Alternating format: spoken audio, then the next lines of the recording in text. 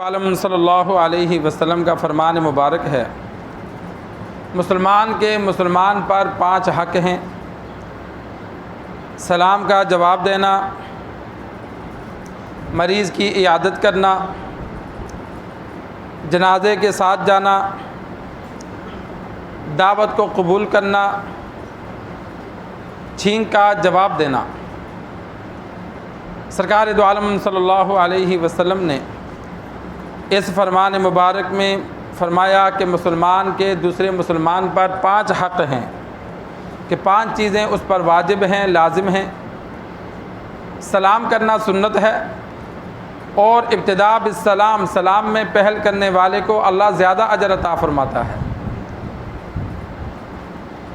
حق کس کا ہے سلام کرنا، یہ الگ مسئلہ ہے۔ چھوٹے کا حق ہے بڑے کو سلام کرے، پیدل چلنے والے کا حق ہے بیٹھے ہوئے کو سلام کرے، آنے والے کا حق ہے جو پہلے موجود ہیں ان کو سلام کرے۔ لیکن اگر دونوں برابر کے ہیں، ایک ادھر سے جا رہا ہے ایک ادھر سے آ رہا ہے، اب دونوں برابر کے ہیں، جو پہل کرے گا اسے سلام کا اجر زیادہ ملے گا۔ اور اسی طرح جس کا حق ہے اگر وہ سلام نہیں کرتا تو دوسرا جو سلام کرے گا اسے ثواب زیادہ ملے گا۔ آنے والا ہے وہ سلام نہیں کرتا تو بیٹھنے والا اٹھ کے سلام کرتا ہے تو اسے زیادہ ثواب ملے گا۔ یہ ایسی سنت ہے کہ جس کا ثواب واجب سے زیادہ ہے۔ سلام کرنا سنت ہے اور جواب دینا واجب ہے۔ عام جتنے بھی واجبات ہیں ان کا اجر جو ہے سنت سے زیادہ ہے، لیکن سلام کرنے کی سنت ایسی ہے کہ اس کا اجر واجب سے زیادہ ہے۔ السلام علیکم کہا تو اللہ تبارک و تعالی 10 نیکیاں عطا فرماتے ہیں۔ السلام علیکم ورحمۃ اللہ 20، السلام علیکم ورحمۃ اللہ وبرکاتہ اللہ تبارک و تعالی 30 نیکیاں عطا فرماتے ہیں۔ جس کو انسان پہچانتا ہے اسے بھی سلام کرے، جسے نہیں پہچانتا اسے بھی سلام کرے۔ گھر سے نکلتا ہے، بازار جاتا ہے، مسجد آتا ہے، کہیں بھی آنا جانا ہوتا ہے تو ہاتھ ملانا ضروری نہیں ہوتا، جن جن کے پاس سے گزرتا ہے بندہ اونچی آواز سے سلام کرے، اور جواب دینے والا بھی اونچی آواز سے جواب دے، تاکہ دوسرے مسلمان کے دل میں بدگمانی نہ پیدا ہو کہ بھائی میں نے سلام کیا ہے اس نے جواب نہیں دیا۔ اونچا جواب دینا چاہیے، بعض سر ہلا دیتے ہیں۔ سر ہلانا یہ سلام کا جواب نہیں ہے۔ سلام کا جو جواب ہے وعلیکم السلام وہ جواب دیا جائے۔ وعلیکم السلام ورحمۃ اللہ وبرکاتہ مکمل دے دو یا صرف وعلیکم السلام کہہ دو۔ تو یہ سلام کا جواب دینا مسلمان کا حق ہے کہ کوئی مسلمان سلام کرے تو اس کو جواب دیا جائے۔ مریض کی عیادت کرنا، مریض کی عیادت کے لیے اللہ تبارک و تعالی نے، آپ صلی اللہ علیہ وسلم نے رشتہ دار ہونے کی قید نہیں لگائی۔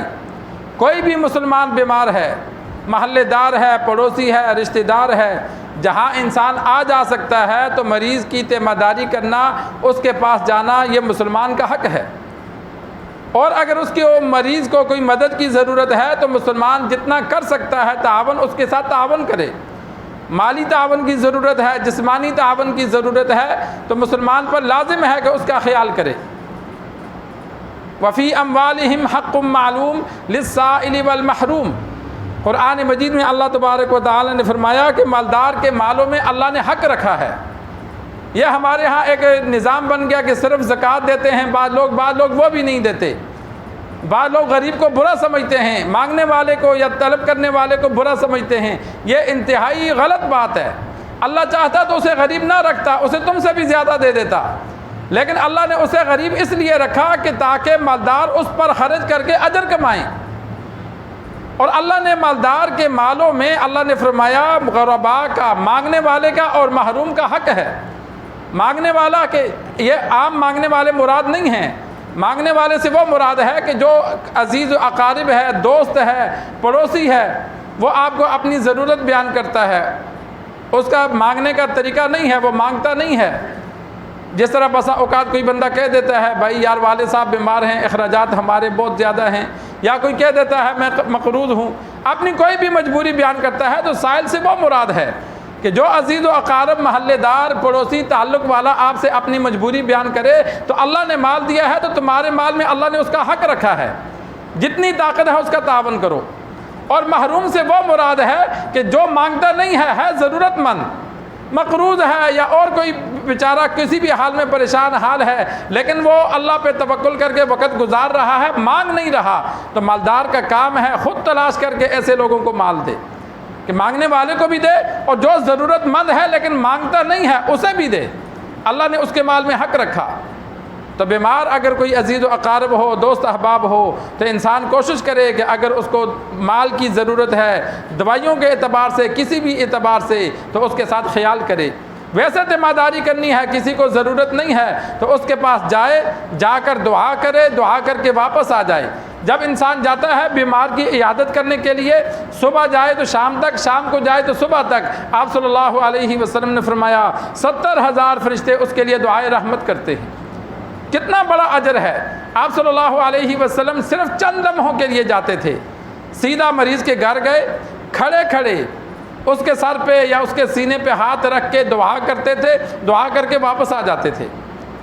جہاں انسان زیادہ تعلق نہ ہو، گپ شپ زیادہ نہ ہو، تو وہاں زیادہ نہ بیٹھے تاکہ گھر والے تنگ نہ ہوں، جائے حال و احوال پوچھے، واپس آ جائے۔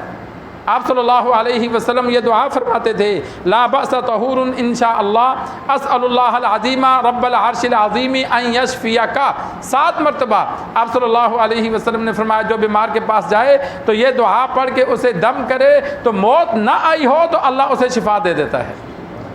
آج ہم مسلمانوں کو یہ دعا یاد ہی نہیں ہے۔ تو یہ دعا سنت عمل ہے کہ مریض کے پاس جاؤ، جہاں اس کے درد ہے وہاں ہاتھ رکھو اور 7 مرتبہ یہ دعا پڑھو، یہ تیمارداری مکمل ہو گئی۔ اس کو دعا دی، اس پہ دم کیا اور واپس آ گئے۔ تو یہ مریض کی عیادت کرنا یہ بھی مسلمان کا حق ہے۔ جنازے